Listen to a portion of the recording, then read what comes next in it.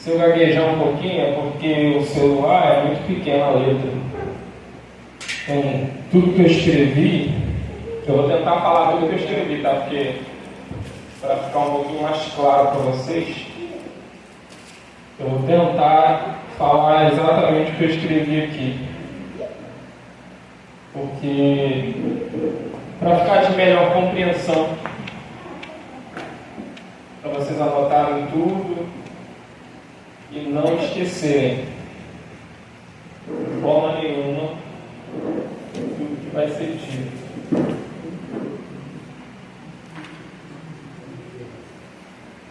E não esqueçam que a partir da semana que vem a gente vai ter uma prova. Eu só sinto muito um pouquinho faltou hoje, porque o que eu vou falar hoje também vai cair na prova, então, né? Se não vier, infelizmente.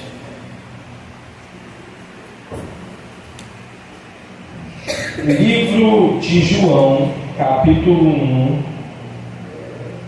versículo 44.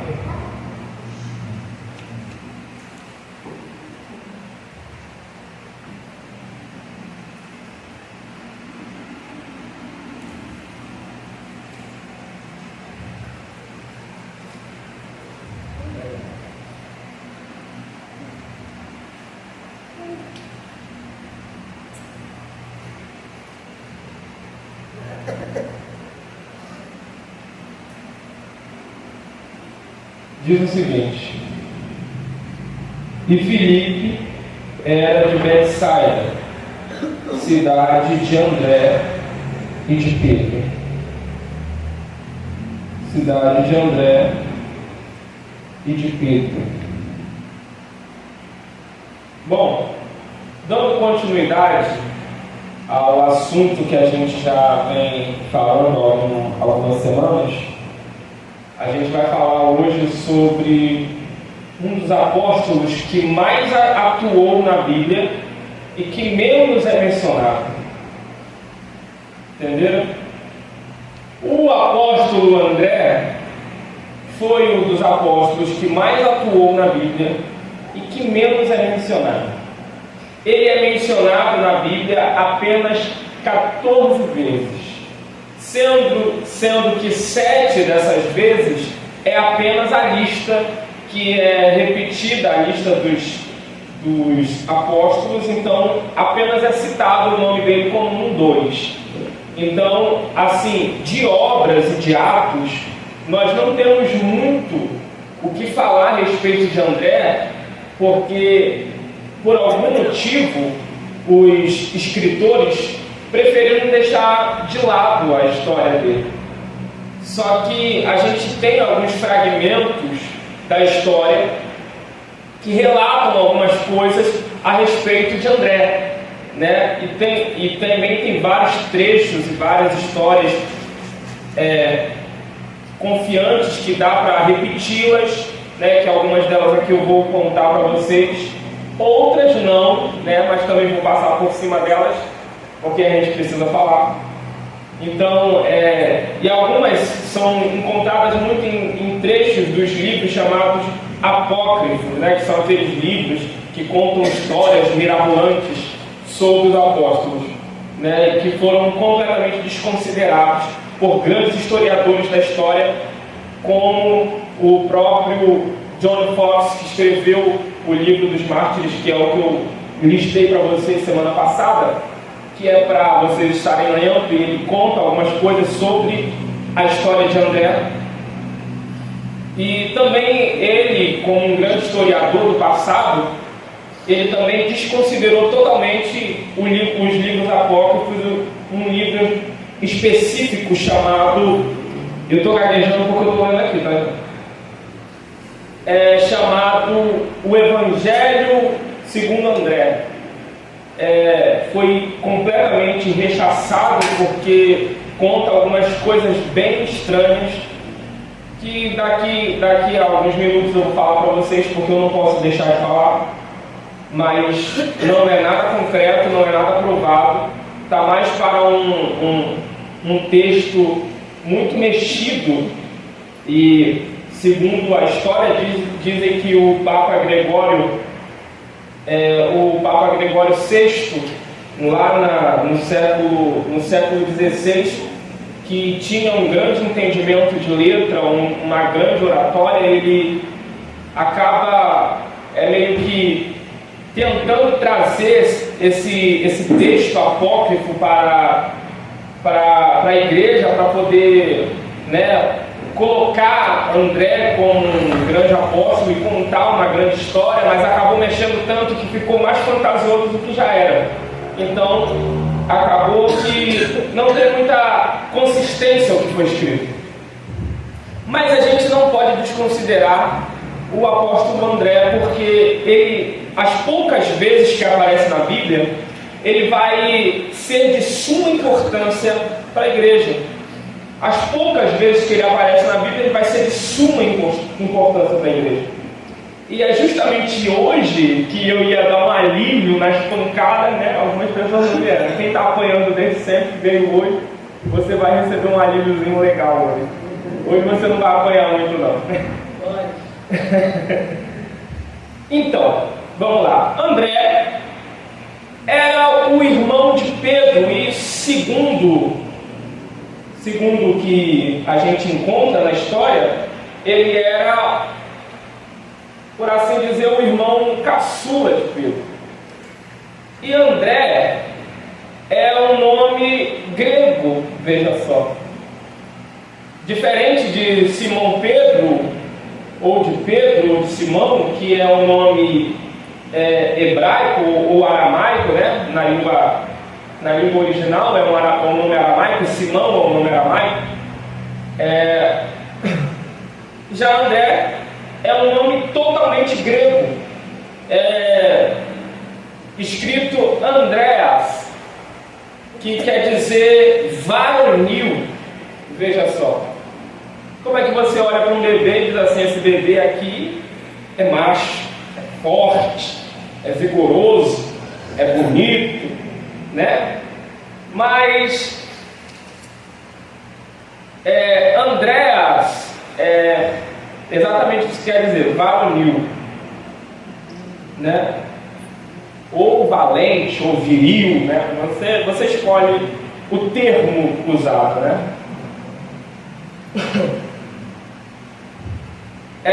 E isso relata uma grande questão aqui, porque os pais de André eram judeus, não é? Embora fossem judeus, eles aparentemente eram muito abertos a essa coisa de cultura, né? Essa coisa de cultura exterior, porque o nome do filho mais velho era aramaico e o nome do outro já era grego. Então eles mostram que eles eram muito flexíveis, né, nessas coisas de cultura. Então eles não eram tão totalmente fechada quanto a isso. E André é sempre listado na Bíblia atrás de Pedro. Se você ler a Bíblia, você vai perceber que toda vez que André é citado na Bíblia, ele é citado sempre atrás de Pedro. Você nunca vai ver o nome de André sozinho na Bíblia. Você sempre vai ver ele acompanhado, e eles sempre dizem assim: André, o irmão de Pedro. Eles nunca vão dizer o nome de André, apenas André. Vai sempre aparecer André, irmão de Pedro. André, irmão de Simão, né? Então você sempre vai olhar para André como estando em segundo. Muito embora ele exercesse um papel muito interessante na Bíblia. Porque se você olhar aqui o capítulo 6, é isso mesmo? Capítulo 6 do livro de João.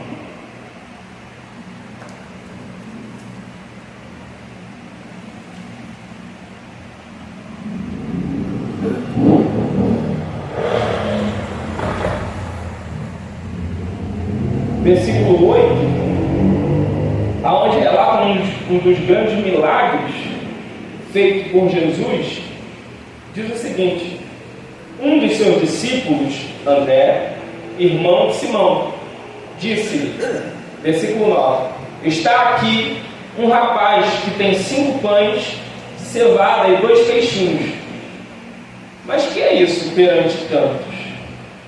Versículo 10: e disse Jesus: mandai assentar os homens. E havia muita relva naquele lugar. Assentaram-se, pois, os homens em número de quase 5.000. Então você olha aqui e observa uma coisa muito importante. André, embora vivesse à sombra do irmão, ele era uma pessoa que trabalhava, e trabalhava muito. Só que André é aquele cara que ele gosta de trabalhar nos bastidores. Já viu aquela pessoa que gosta de trabalhar nos bastidores? Talvez você se identifique hoje aqui e com esse ministério, o ministério de apoio, que nada mais é do que de suma importância para a igreja. O ministério de apoio. Porque aonde estaria Pedro se não fosse o André? Porque se você ler a história, e eu já volto aqui para isso que a gente deu, mas a gente vai ler uma coisa aqui que é muito importante. Foi André que levou Pedro até Jesus.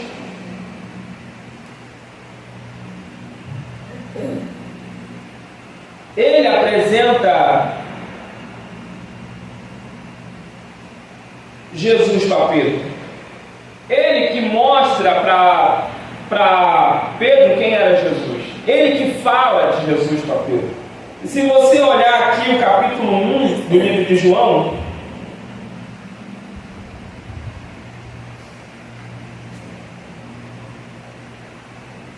versículo 35,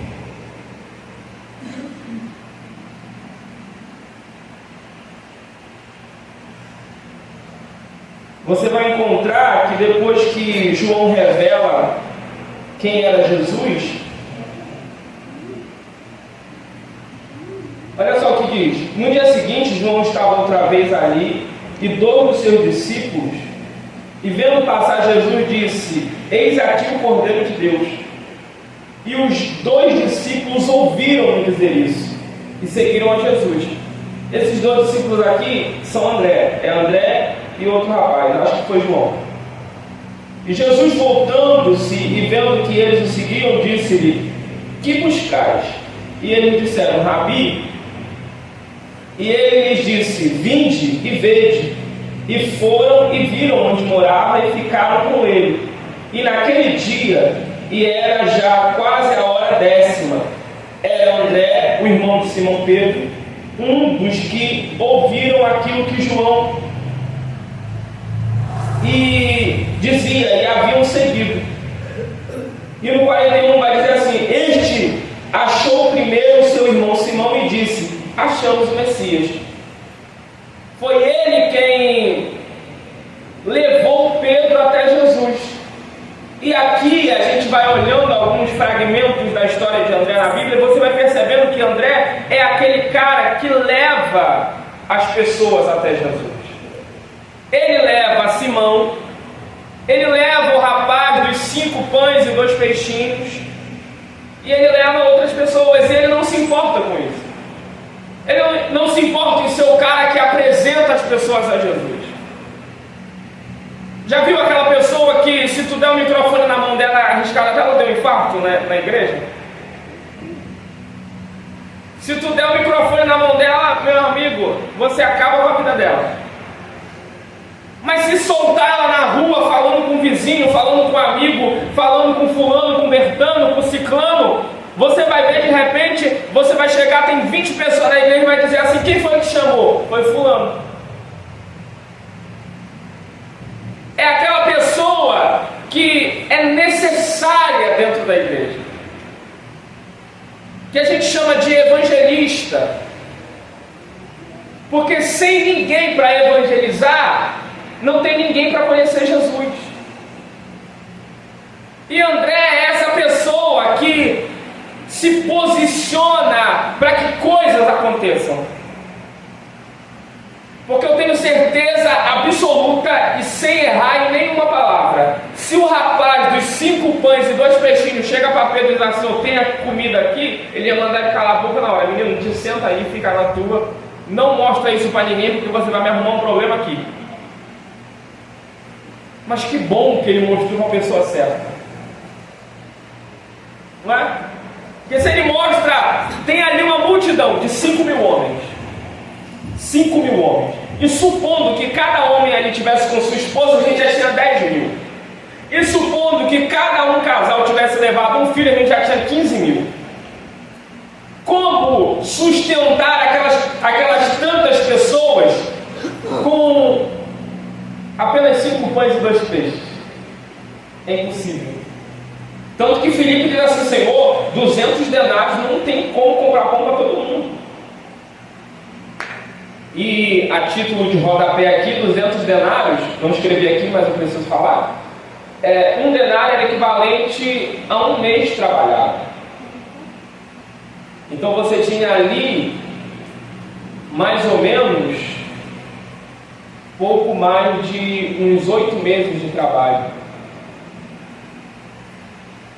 E não tinha como comprar pão para todo mundo. Então era muita gente. Então, se você olhar para a história, você vai perceber que a atuação de André é extremamente necessária. Porque Filipe diz: temos dinheiro, mas não tem como comprar pão para todo mundo. Aí Filipe vai falar com André. E André então vai observar que tem alguém ali disposto a ajudar, mesmo que com tão pouco. Então ele chega até Jesus. Ele diz: Senhor, tem um rapaz aqui que ele só tem 5 pães e 2 peixes. E agora? A gente vai fazer o quê? A gente tem 5 pães e 2 peixes, a gente já tem. Supondo que a conversa fosse essa, a gente teria mais ou menos essa conversa aqui, ó. A gente tem 5 pães, tem 2 peixes e 200 denários. E agora? Pelo menos aqui umas 300 pessoas a gente alimenta, mas e o resto? A gente faz o quê? Jesus diz assim, está escrito aqui: manda ele vir aqui. Aí o rapaz vai, Jesus abençoa o pão, abençoa o peixe, multiplica. Resultado, sobram 12 cestos cheios ainda. Todo mundo comeu, está escrito, comeu de se fartar. Tu é crente, tu sabe como é que é comer de se fartar, né? Isso quer dizer comer de não aguentar mais comer. O que para alguns crentes aqui é praticamente impossível, né? Comer de não aguentar mais comer é bem difícil achar alguém aqui que não aguente mais comer. Nós precisamos entender isso. Se não tiver um André no nosso meio, o ministério não avança. Se não tiver um André no nosso meio, o ministério não avança. Porque você precisa de alguém para ir e falar, você precisa de alguém para ir e anunciar que aqui tem alguém com uma boa palavra, que aqui tem alguém com ministério, que aqui tem alguém que prega a verdade. E você precisa de alguém que creia e que apoie o ministério do seu irmão. Entende? Não tem ciúme. Se você olhar aqui nessa história, você não vai ver ciúme da parte de André com os outros apóstolos, embora ele fosse um dos 4 que andava com Cristo. Eram sempre um dos principais apóstolos. Por quê? Por que, Tiago, que você está falando isso? Porque se você ler a história a história de Jesus, você sempre vai ver André sendo comunicado por alguma coisa. E principalmente Filipe aparentemente respeitava muito André. Todo mundo que ia falar com Jesus, e Filipe era o intermediário, ele sempre chegava para André e falava assim: olha, tem alguém querendo falar com Jesus. Então André ia até Jesus. Então ele não era assim qualquer um ali. E isso revela uma coisa para nós entendermos o seguinte: nenhum de nós somos iguais. E nós não precisamos fazer a mesma coisa para sermos importantes na obra de Deus. Entende? Você não precisa fazer a mesma coisa para ser bom na obra de Deus ou para ser útil na obra de Deus. O motivo de estarmos todos unidos é justamente porque fazemos coisas diferentes, porque fica chato e repetitivo todo mundo fazer a mesma coisa. Quer ver? Imagina só uma igreja que tem 20 guitarristas, 10 bateristas, 40 tocadores desse troço aqui, 20 tocadores dessa coisa aqui, 80 cantores. Imagina comigo que a igreja só tem uma bateria, um troço daquele, um desse e uma guitarra. Como que todo mundo toca? Fala pra mim.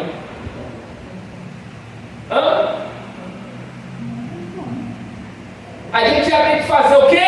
Uma lista de escala. Isso é ridículo. Isso é ridículo. Uma lista de escala porque todo mundo faz a mesma coisa. Vai tocar bumbo, vai tocar banjo, vai tocar aquele troço que apita, vai fazer alguma coisa diferente.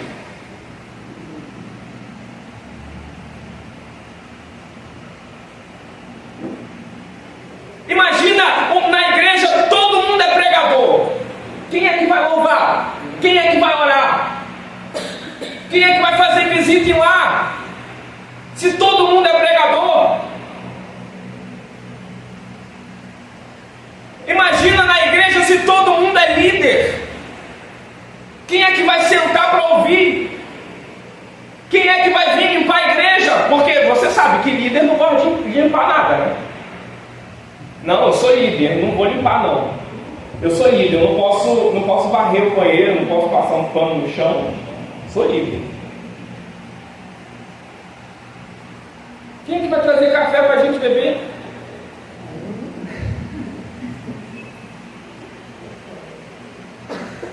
Entende? Me diz como é que funciona um corpo que faz todos os órgãos fazem a mesma coisa. Imagina se no teu corpo você só tivesse coração, como é que tu respiraria? Como é que tu veria? Como é que você sentiria alguma coisa? Por onde o sangue bombeado por esses todos os corações aí ia circular se você não tem veias? Você não tem outras coisas para fazer o trabalho necessário.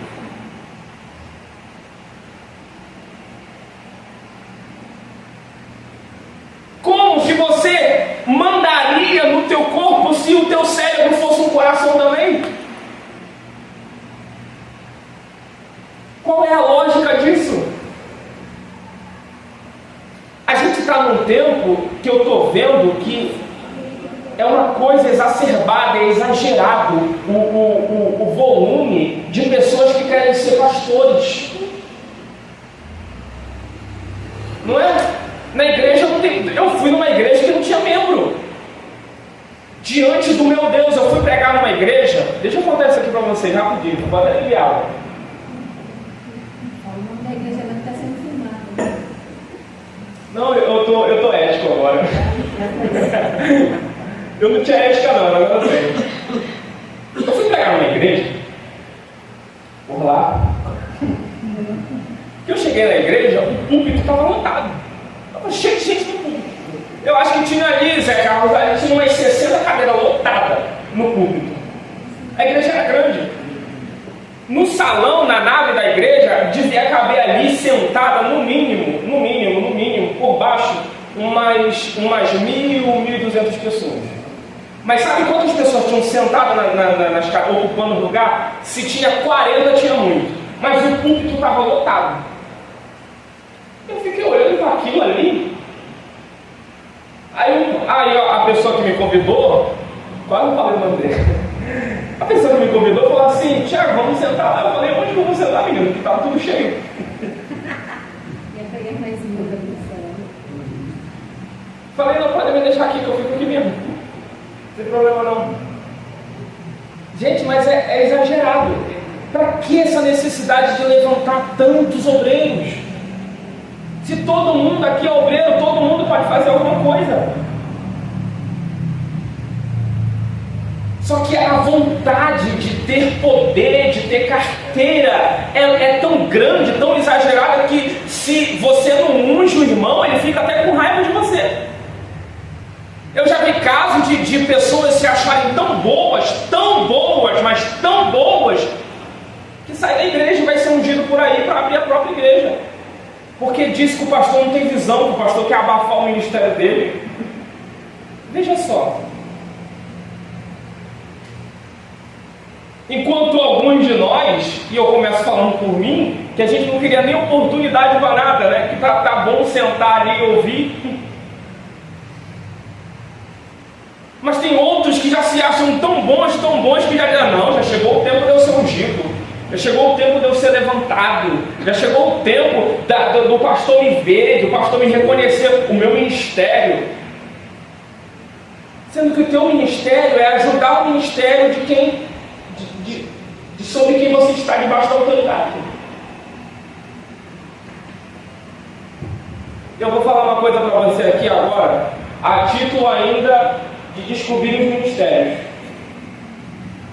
Se você não reconhecer o ministério de outros, não reconhecerão o seu. No mundo espiritual, a humildade vale mais do que tudo.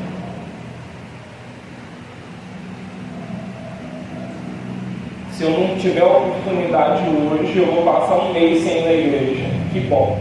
Não venha nunca mais. Se você não vier nunca mais, vai ser um favor que você me faz. Qual a lógica? E aonde está o problema de você ser porteiro? Aonde está o problema de você ficar aí sentado ouvindo? Aonde está o problema de você falar? Aonde está o problema de você orar nas casas? Aonde está o problema? Se o pastor não te ungir, a obreira, diácono, a apóstolo, a Jesus, seja lá o que for que tu quer ser ungido. Eu disse que eu não ia bater, eu estou acabando batendo, viu? Ei, qual é a lógica disso? Levar outras pessoas a Cristo é mais importante do que ser visto. Nós temos na história grandes pessoas que são para isso. Nós vemos isso na história da igreja. Porque Pedro chegou até Jesus depois de André. Mas foi o cara lá de Atos, no capítulo 2, que prega e ganha 3.000 almas. Tem pregadores de multidões, a gente sabe disso. No nosso tempo a gente tem vários. Tem Moody, tem Billy Graham, tem Benny Hinn, tem A.W. Tozer, tem quem mais? Tem John Bowler, que foi um sueco que se converteu ao cristianismo e foi o precursor da igreja presbiteriana. A gente tem vários grandes mestres, os próprios reformadores, como Martim Lutero, John Wesley, John Fox. E a gente precisa entender que esses homens foram ganhados por Cristo por alguém que a gente nem sabe o nome. Imagina quantas almas Jesus não tem para ganhar através de você, porque você ganhou uma alma apenas. E você fica aí se achando inútil. Porque na igreja, ou aonde tu quer ser reconhecido, seja lá o que for, não te veem. É aquela velha história dos talentos. Tu lembra da parábola dos talentos? Um ganhou 5, o outro ganhou 10, ou 2, perdão, e o outro ganhou um só. O que ganhou 5 multiplicou, ficou com 10. O outro que ganhou 2 multiplicou, ficou com 5. E o outro enterrou. Enterrou porque tinha um só.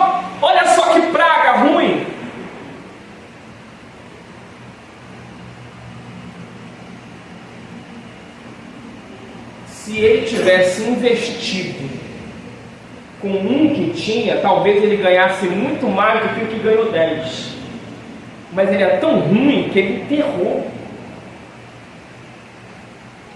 Rejeitar aquilo que você tem que fazer porque não é o que você queria, pode te condenar à morte eterna. E eu estou falando de inferno aqui.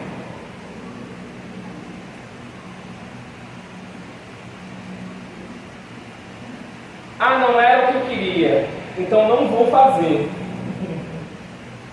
Ah, eu não queria fazer, então não vou fazer. Poxa.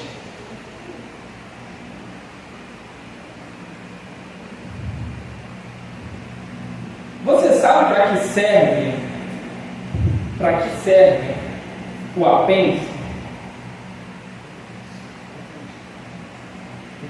Quem sabe me responder? Você sabe para que serve o apêndice? Sabe o apêndice, né? Vocês sabem o que é apêndice, não sabem? Aquele negocinho que apodrece dentro de você e você tem que arrancar fora. Sabe? Dá dor, meu Deus do céu. Sabe para que serve o apêndice? Sabe não, né? É um órgão rudimentar. É um órgão. Creiam vocês ou não, é um órgão que, olhando, é inútil, não serve para nada. Mas você sabia que sem o apêndice, o teu rim não consegue mandar a urina para a bexiga? E é por essa razão que ele apodrece, algumas vezes, quando é tão bombardeado com refrigerantes e outras coisas mais.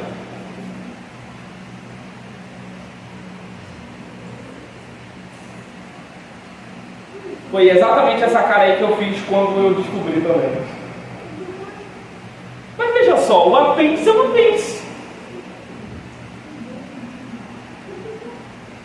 Entenda a falta que você faz no reino não cumprindo a tua função.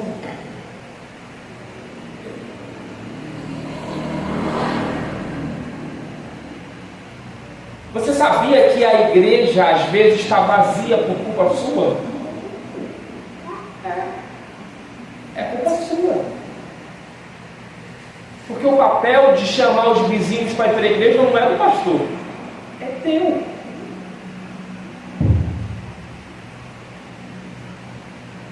E você chama? Não chama. Porque você diz, não tenho cargo nenhum, não tenho obrigação nenhuma, não vou receber oportunidade hoje.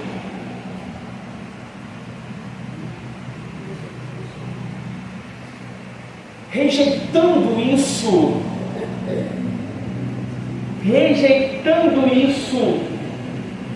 milagres não acontecem.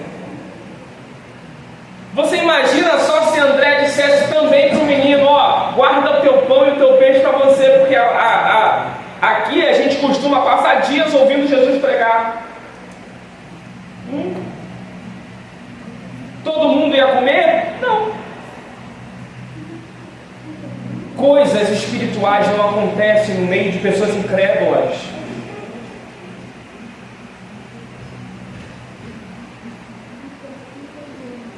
E talvez seja por isso que nós vemos tanta coisa parada no nosso meio.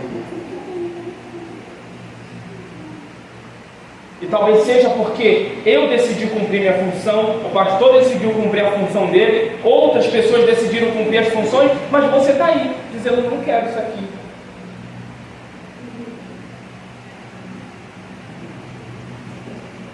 E aí a igreja não avança, porque somos um corpo pela metade.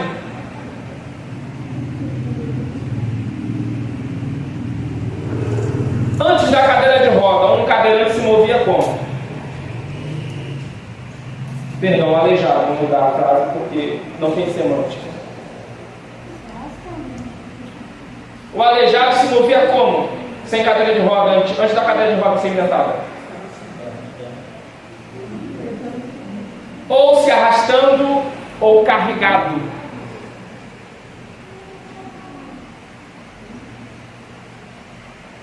Pegou não?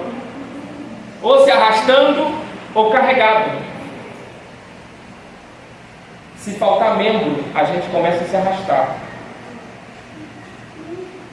E a gente depende de alguém para pegar pelo braço e levantar. Mas um corpo inteiro, um corpo sadio, não dá sozinho.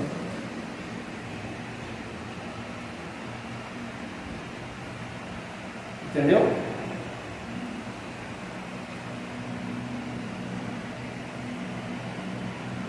Imagina só se a Vitória diz assim: olha, esse negócio de mídia não dá holofote, porque eu quero aparecer na frente das câmeras. Aí quem é que ia fazer o trabalho da mídia? Eu, né?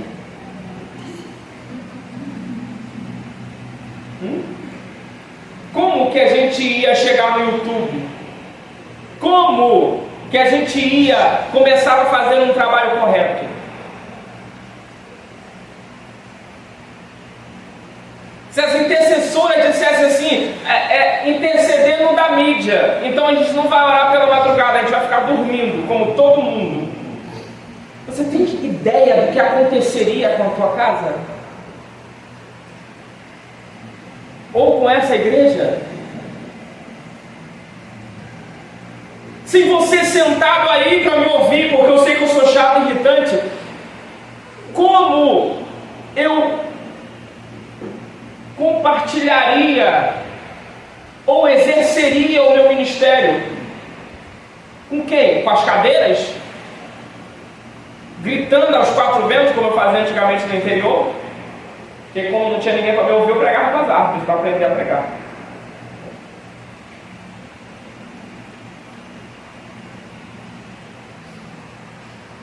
Você depende de mim tanto quanto eu dependo de você. Quem está do teu lado depende de você tanto quanto você depende dele. Só o Zé Carlos tocando aqui tem música? Hã? Não. Só o menino desse negócio aqui tocando tem música? Hã? Não. Só o cantor cantando aqui tem música?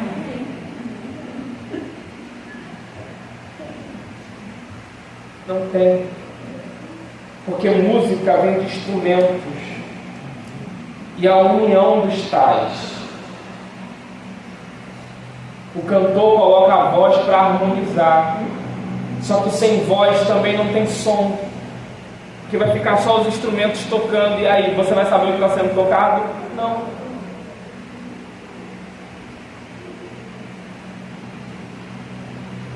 Seria bom alguém dar um café para a Solange, que ela está ali quase aí.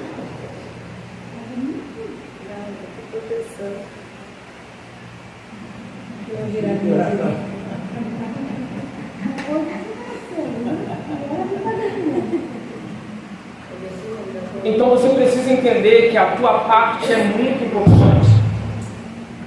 Você precisa compreender que aquilo que você faz não é qualquer coisa. Imagina se a gente chega aqui na hora do culto e quem era responsável pela limpeza não limpou. Como que a igreja estaria? Suja. Aí das duas uma, ou nós teríamos que limpar, ou a gente faria a reunião no meio da sujeira.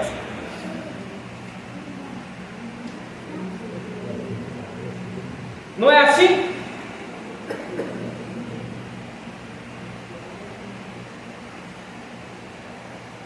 Agora a gente precisa compreender que enquanto nós não acordarmos para aquilo que nós precisamos fazer, a gente vai ficar rodando em círculo.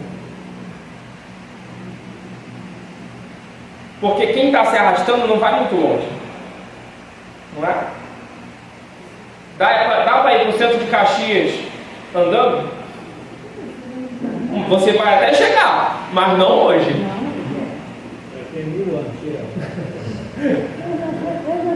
Você chega. Não estou dizendo que a gente não vai chegar, mas não vai chegar no tempo que deveria. Ou não é assim? Ou tu consegue chegar andando no centro de Caxias? Porque se você disser para mim que é possível eu chegar no centro de Caxias a pé hoje ainda, Então eu digo para você que a gente vai receber tudo que Deus tem para nós, assim, do jeito que a gente está.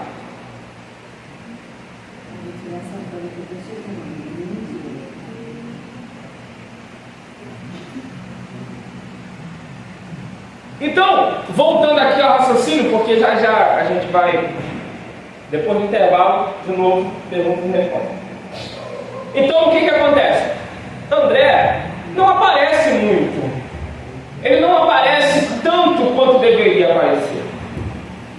Mas vai acontecer uma coisa na história que é dita por Eusébio de Cesareia, que André foi uma das pessoas, um dos apóstolos, que passou a evangelizar muito na Ásia. E André foi o precursor do evangelho na Ásia, inclusive pregando na região de Gaia, na Grécia. Então ele prega na Grécia, ele prega em algumas regiões da Espanha, ele prega em algumas regiões dali perto do Egito, e ele vai sendo conhecido e fazendo conhecer o ministério de Jesus através da sua vida. Mas isso não vai ser escrito. E daí eu digo a vocês nessa noite, com toda a certeza do mundo, nem todas as obras que você faz precisam ser vistas. Essa necessidade de estar aparecendo o tempo todo, isso é meio preocupante. A necessidade de ficar sendo visto o tempo todo é meio estranha.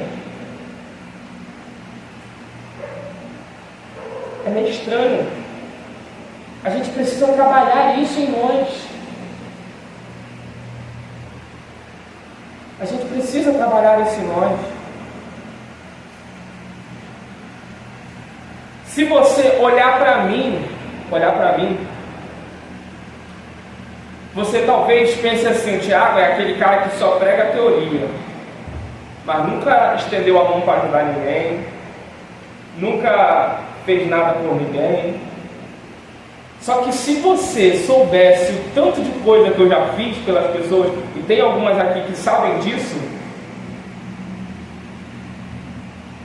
mas eu tenho pavor, a Elizabeth sabe muito bem do que eu estou falando. Eu tenho pavor de que digam o meu nome quando faço alguma coisa para alguém. Uma vez a gente foi distribuir aquele alimento, né, para o pessoal de rua, e começaram a tirar foto. Eu me escondia atrás das árvores, assim, ó, ficava atrás das árvores para não sair nas fotos, porque eu tenho medo disso. Eu tenho medo de que me conheçam por aquilo que eu faço. Sabe o que eu quero dizer com isso para vocês? Porque quando as tuas obras começarem a aparecer mais do que a motivação, você perde o motivo. Você começa a fazer por outro motivo. Você começa a fazer por outras intenções. Você começa a se tornar um político em carreira, já viu? Político de carreira, que ele vem, aparece, começa a fazer um monte de coisa boa, ganha, some, porque ele já não tem mais motivo para fazer e nem para aparecer. Mas aí depois, quando ele quer se recandidatar, ele aparece de novo, porque ele tem um outro motivo para aparecer de novo, e começa a fazer um montão de coisa boa de novo, ganha de novo, some de novo. É assim que a gente fica. Quando as tuas obras forem mais importantes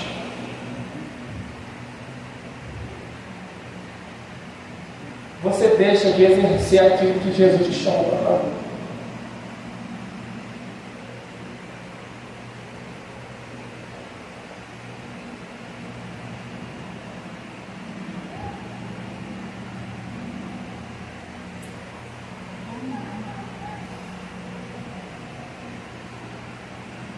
Então você precisa pensar nisso. E talvez seja um dos motivos por eu gostar tanto de alguns apóstolos da Bíblia que a gente nem sabe que existia. Porque eles não aparecem. Tem um cara que eu vou falar dele lá pra frente, que sinceramente para mim é um dos melhores. E eu nem estou falando do apóstolo Paulo. Eu estou falando de uma pessoa que você nem sabe o nome, mas ele está aqui. Ele era um dos discípulos de Jesus e lutava por uma causa incrível. Mas veja só, a história dele não é contada. Veja só, as coisas que ele fez não aparecem na história. E talvez você olhe para você hoje aqui, você diga assim: o que eu tenho que fazer não vai aparecer, não é? Não vai aparecer. Então, de repente, não vai ser feito. Só que se você não fizer, o que tem que aparecer não aparece.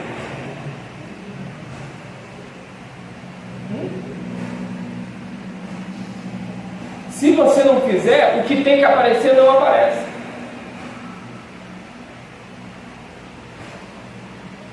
Talvez seja esse o teu ministério. Talvez você se sinta mais confortável com isso. Em levar outras pessoas a cumprirem a chamada delas.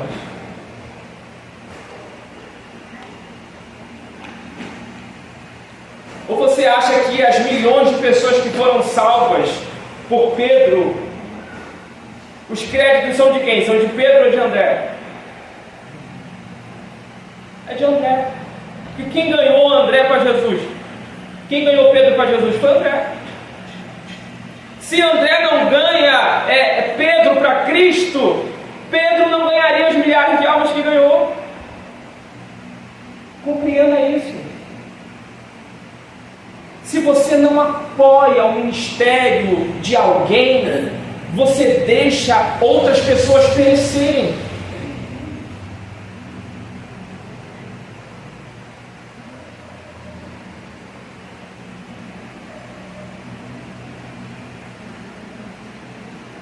Isso é triste.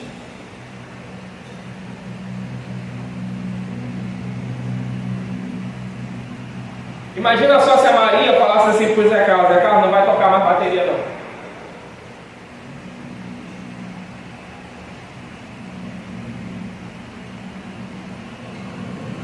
Aí o Zé Carlos não vai mais, nunca mais tocar bateria.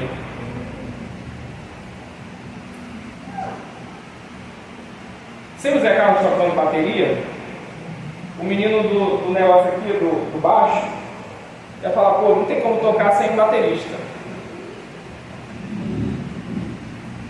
Aí primeiro eles iam atrás de outro baterista, porque a gente é assim, a gente substitui os outros, tá, Zé Carlos? Tu fica ligado que pode se substituir assim. Só que aí eles não iam achar um baterista tão bom quanto o Zé Carlos. Aí ele fala: pô, não tá dando certo. Aí eles iam ficar só com a guitarra e com coisa. E o cantor ia falar: pô, não tem como cantar assim não, vai estar faltando alguma coisa. Ia começar a enfraquecer. Aí daqui a pouco o menino daqui não ia querer mais vir, daqui a pouco aquele ali não ia mais vir, e o cantor ia dizer: sem músico também não vou cantar.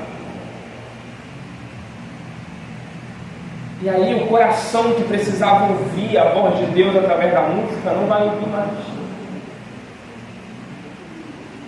E aí talvez alguém que está passando na rua ali e ouve a música,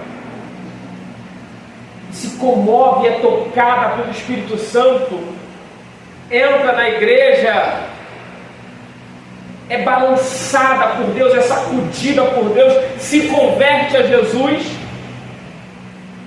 e aí se torna um grande ministro da palavra de Deus, como aconteceu com aquele grande evangelista dos Estados Unidos também, Jimmy Swaggart, que entrou na igreja ainda jovem por causa do louvor, mas os caras que estavam louvando, ninguém sabe o nome, mas Jim Swaggart todo mundo conhece. São milhões de pessoas que esse cara ganhou para Cristo. Mas aí imagina se os músicos não estão lá, se o cantor não está lá.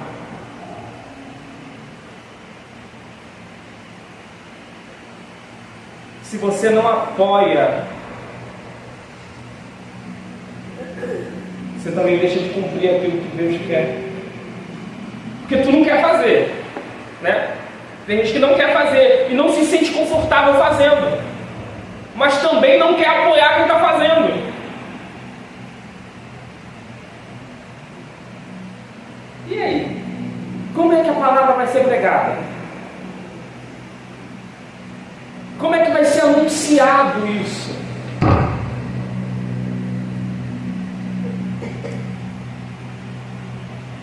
E daí eu vou contar para vocês um pouquinho do que eu li no Evangelho Apócrifo. Tem uma história de André, deixando claro que você não precisa levar isso em consideração. Tem uma história de que tinha uma mulher que tinha um marido muito mau, muito perverso, o marido dela, muito perverso. Aí essa mulher, ela decide deixar os irmãos orarem na casa dela. Naquele período em que a igreja estava em expansão, ela decide os irmãos vão orar na casa dela. De repente cai uma pessoa endemoniada lá na casa dela, um demônio bravo mesmo, começa a quebrar tudo, e os irmãos não conseguem expulsar esse demônio. Só que daí alguém diz assim: não, tem aqui na cidade um apóstolo de Jesus, então ele com certeza vai conseguir expulsar esse demônio. E eles chamam o André. Quando o André chega na porta, diz a história, né, segundo a história, André chega na porta, o demônio já cai. O demônio que estava quebrando, que estava fazendo algazarra, cai. Aí André expulsa e começa a falar das maravilhas de Deus. E aquelas pessoas ali são tomadas pelo Espírito Santo. E essa mulher então deseja se converter a Cristo. Ela aceita Jesus. Só que daí vai dando a hora do marido dela chegar e ela diz assim: irmãos, vocês vão ter que ir embora porque meu marido é muito violento, não pode ver vocês aqui e tal. Aí diz que André olha para ela e diz assim: olha, não se preocupe, que o seu marido, quando chegar, não vai fazer nada. Diz que o marido chega. Na hora que ele chega, que ele olha para os irmãos, que dá aquela raiva nele, diz que deu uma dor de barriga danada nele, que ele passou direto pelos irmãos, foi correndo para o banheiro e ficou lá trancado o dia inteiro. Se trancou no banheiro o dia todo, não deu tempo nem dele decorar o rosto de cada irmão que estava ali. Aí eles foram embora, e aquela mulher desejosa de cumprir, seguir a Jesus, ela então faz a seguinte escolha. O que ela decide? Ela decide se tornar casta, né? Ela decide viver uma vida completamente santa. Lembrando que ela era casada, mas ela decide não coabitar mais com o esposo dela, porque ela queria viver uma santidade e queria ser igual ao apóstolo André. Aí, o que ela faz? Como ela tinha que cumprir as funções de esposa, ela contrata uma moça que era amiga dela para se deitar com o marido dela. Ao invés dela deitar com ele, quem deitava era a amiga. E como ela tinha muito dinheiro, ela pagava essa amiga para que viesse se deitar com o esposo dela. Só para que ela viesse viver essa vida em santificação. E diz a história que essa mulher orava todo dia, vivia em reunião, vivia, seguindo o apóstolo, vivia pregando, vivia ganhando aulas. E um dia o marido dela descobriu que ela estava fazendo isso. Porque, segundo a história, a moça que deitava com o marido dela tinha que embebedá-lo para poder deitar com ele, para que ele não descobrisse que não era a mulher dele. E aí, o que acontece? Ela então é descoberta. Um dia ele descobre que ela estava fazendo isso com ele. Ele chega em casa, ela estava de joelho orando. Aí ele chamou ela, quando ele chama, ela levanta. Aí ele pergunta para ela por que ela fez essas coisas, por que ela estava agindo daquela forma com ele, enganando ele e tal. Ela diz, não, é porque eu quero viver em santificação para Cristo, para Deus e tal. Diz que ele fica com tanta raiva, e vai atrás do apóstolo André. E daí a gente encontra um registro, né, passado essa viagem toda. Eusébio de Cesareia escreve a seguinte coisa, que ainda na Grécia, André foi preso. E ele foi preso e foi crucificado. E a cruz que eles usaram era uma cruz que era diferente, ela tinha uma forma de um X, né? Ele foi amarrado ali naquela cruz. Diferente de Cristo, ele passa 3 dias amarrado ali naquela cruz. Segundo o texto apócrifo, por esse acontecimento. Só que, voltando para a história real do que foi registrado, diz a história que André passa 3 dias gritando o Evangelho de Cristo a quem passasse por ele. E naquele dia, segundo Eusébio de Cesareia, André ganha pouco mais de 10 mil homens para Cristo. E então, ele morre. Ele morre anunciando o Evangelho de Jesus. Ele morre falando daquilo que ele viveu a vida inteira. Tirando a parte viajada da história, nós precisamos entender que a nossa função e obediência a Deus tem que ser mais importante do que qualquer dificuldade que a gente venha viver. Entendendo isso, nós vamos entender a nossa chamada. Entendendo a nossa chamada, nós vamos conseguir exercer com mais veemência. Senão, nós ficamos rodando em círculos, vindo no culto e indo embora. E a gente precisa decidir o que a gente quer. Amém? Vamos fazer um intervalozinho. Prepare a sua pergunta.